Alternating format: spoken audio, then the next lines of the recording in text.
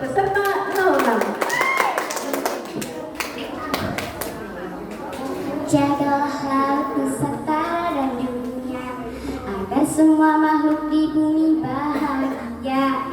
Jagalah laut, beserta dan dunia, agar semua makhluk di bumi bahagia. Assalamualaikum warahmatullahi wabarakatuh.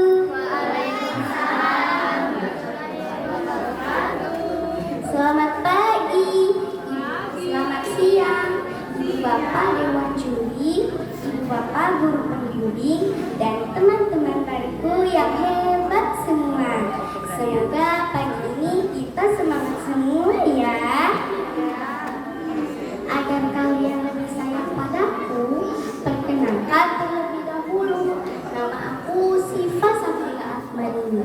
Asal sekolahku dari SDN Citaro. Aku baru duduk di kelas 3 loh. Nah, ada yang tahu tidak teman-teman, kenapa aku tadi menyanyikan lagu Hari Laut Sedunia di Muka? Ada yang tahu tidak? Ada yang tahu tidak teman-teman?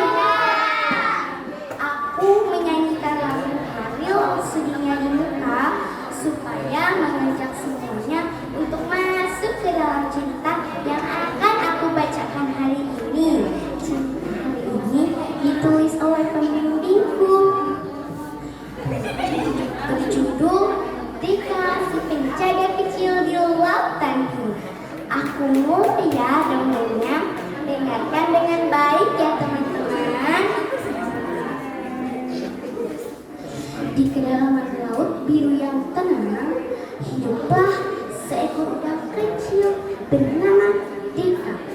Dika bukan udang biasa, dia dikenal sebagai udang panas karena kegunaannya mengumpulkan dan membersihkan sampah yang tersangkut di karang dan rumput laut. Namun tidak semua penghuni laut memahami niat baiknya. Untuk apa rumput-rumput membersihkan sampah itu, Dika? Ejik seekor ikan berkata. Iya, itu bukan makanan dan juga bukan tempat berenang. Tambah Dika sambil tertawa. Dika hanya tersenyum. Ia tetap berenang dari satu tempat ke tempat lainnya untuk mengumpulkan plastik kecil, benang, dan segala anet lainnya yang terbawa arus. Hari demi hari, ejekan itu terus datang. Banyak hewan laut yang menganggap Dika aneh, bahkan membuang sampah sembarangan tanpa peduli. Itu jangan ditiru ya teman-teman. Hingga suatu hari, sesuatu yang buruk terjadi. Seekor penyu muda bernama Tio yang berenang dengan riang di antara karang. Ia melihat sesuatu tampak seperti ubur-ubur kecil mengambang. Tanpa curiga, penyu mulai mendekat dan mencoba memakannya. Ternyata itu kantong plastik. Kantong itu tersangkut di mulut dan di lehernya. Pio panik. Ia berusaha terus berenang, tapi napasnya mulai tersendat. Gerakannya semakin lemah. Melihat itu, Dika segera berenang dengan cepat dan tanpa ragu ia mulai menarik gigit plastik yang melilit. Hewan lain yang melihatnya juga mulai ikut membantu. Dengan penuh usaha, akhirnya plastik itu berhasil dilepaskan. Pio terdiam, napasnya terengah-engah. Namun akhirnya dia selamat. Hewan lain yang menyaksikan kejadian itu terkejut bahwa mereka baru menyadari bahwa benda-benda yang selama ini mereka anggap sepele ternyata berbahaya. Deko, kami solo. Kata ikan buntal dengan suara pelan. Iya, kami tidak tahu kalau sampah bisa mencelakai, tambah gurita. Deka tersenyum lembut. Dia berkata, laut ini rumah kita bersama. Kalau kita menjaganya, kita juga menjaga kehidupan kita sendiri. Sejak hari itu, semuanya berubah. Ikan-ikan mulai membantu mengumpulkan sampah. Gurita menggunakan tentakelnya untuk mengangkat benda-benda yang besar. Sekarang arus laut terasa lebih bersih dan jernih.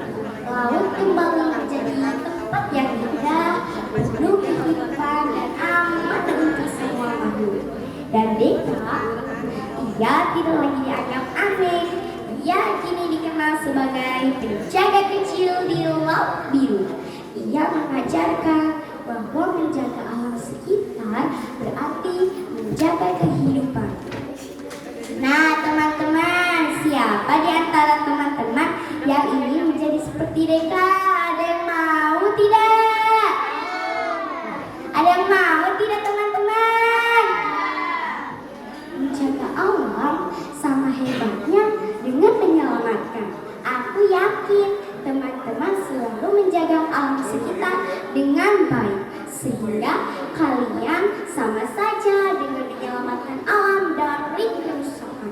Kalian bisa memulai dengan kebiasaan-kebiasaan kecil seperti membuang sampah pada tempatnya dan mulai belajar menyortir sampah di lingkungan sekitar kita.